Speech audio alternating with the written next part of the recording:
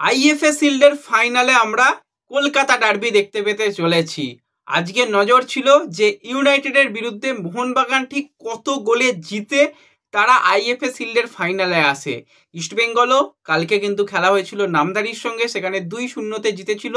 আজকে Mohun Bagan super giant তারাও কিন্তু আজকে 2-0 ম্যাচ জিতলো এবং জিতে তারাও ফাইনালের টিকিট এবার কেটে ফেললো। অপেক্ষা করবে প্রত্যেকটা কলকাতাবাসী, প্রত্যেকটা ফুটবল সমর্থক 18 তারিখে ম্যাচের জন্য। 18 তারিখে ওয়াইবিকে স্টেডিয়ামে ঠিক সন্ধ্যা 6টা থেকে কিন্তু আইএফএ শিল্ডের বড় ম্যাচ, ফাইনাল ম্যাচ আমরা দেখতে পেতে চলেছি। আবারও একটা ফাইনাল, সেই ফাইনালে ইস্টবেঙ্গল মোহনবাগান মুখোমুখি হবে। লাস্ট 2023 সালের ডুরান্ড কাপের ফাইনালে আমরা কলকাতা ডার্বি দেখেছিলাম সেই ওয়াইবিকে স্টেডিয়ামে, সেখানে কিন্তু মোহনবাগান সুপার জায়েন্ট শেষ পর্যন্ত ম্যাচ জিতেছিল। আবারও কিন্তু আমরা ফাইনাল ম্যাচ দেখতে পাবো আইএফএ শিল্ডের সেই ওয়াইবিকে স্টেডিয়ামে। দেখা যাক সেখানে আমরা কোন দলকে চ্যাম্পিয়ন হিসেবে দেখতে পাই। আজকে যদি ম্যাচ নিয়ে কথা বলি, মলিনা কিন্তু তার প্ল্যান বিটাকে আজকে প্রথম একাদশে নামিয়েছিল, যেখানে আজকে ডিমি পেট্রাটোসকে যখন সুযোগ দেওয়াই হচ্ছিল না, আজকে ডিমি পেট্রাটোসকে ক্যাপ্টেন আর্মব্যান্ড নামিয়ে দেওয়া হলো তাকে। অভিষেক সূর্যবংশী মাঝমাঠে একজন বাচ্চা ইয়াং প্লেয়ারকে সুযোগ দেওয়া হলো। কিয়ান রবসন, এছাড়া কামিংস, এদের দিয়েই কিন্তু টম, তাদের দিয়ে কিন্তু দল নামাতে শুরু করলো। তো সেই জায়গা থেকে মোহনবাগান ফার্স্ট হাফে মোহনবাগান সুলভ কখনোই খেলতে পারেনি।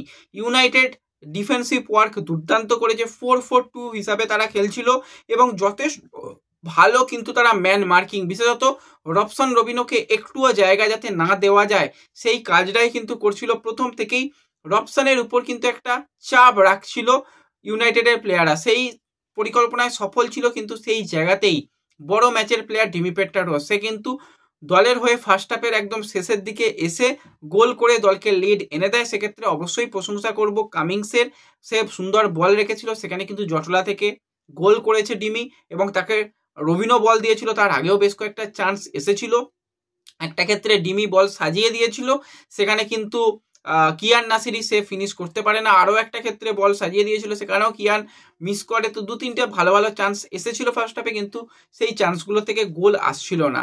তো যাই হোক, ফার্স্ট হাফে গোল এলো, সেকেন্ড হাফে আবারও কিন্তু আমরা গোল দেখতে পেলাম। এক্ষেত্রে কিন্তু কামিংস কিন্তু গোল করলো, গোল করে কিন্তু দলকে এগিয়ে দিল। কামিংসের গোলটাও কিন্তু ভালো একটা গোল হয়েছে, হ্যাঁ ঠিক আছে, গায়ে লেগে ডিফ্লেক্ট হয়ে গোল হয়েছে, কিন্তু অন টার্গেট শটটা তো কামিংস রেখেছিল শেষ পর্যন্ত।